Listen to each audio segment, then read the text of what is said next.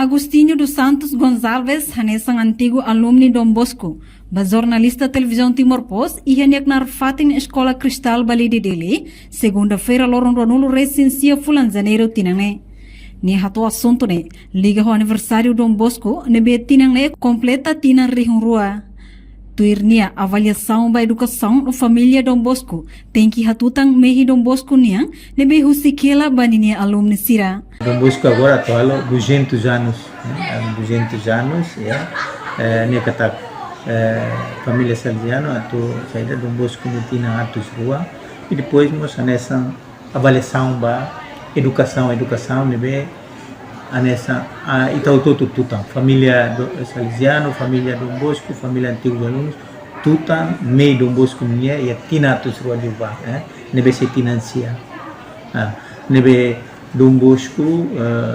anessa ama no mestre ba juventude nia, nebe anessa ida nema anorim ba ami anessa antigos alunos, Dom Bosco nebe sente katak Dom Bosco ne mei ulu mei katak anessa alimaro labarik sira, alimaro crianças, adolescentes labarik sira, nebe balo joga, balo aksolo educa atau transforma sira nebe ontolog saida ne ya ita tem que lori educação nessa fua no domi tem que lori domi tem que domi ema né também da nema ka e momento né ya Dom Bosco onde mei né sempre buka tu estuda e tu sai amluli depois lo que escola salesiano nebe taumata especial ba jovem sira jovem nebe cadeia jovem nebe serviço laia na idanema kana se inspira a minha família salesiano ou família antigos alunos Dom Bosco liliu ba ami na insanulu ne ou a minha malo sira né nebe escola ya colégio né Dom Bosco linia né sente katak sempre ali buru muito para buka tempo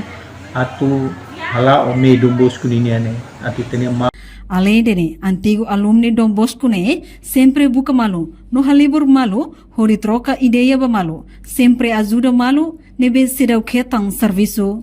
Portanto, o aniversário Loron Dom Bosco celebra e Loron Tolulu fulan janeiro cada tinang. Reportagem Sabina Sansa, televisão Timor-Post.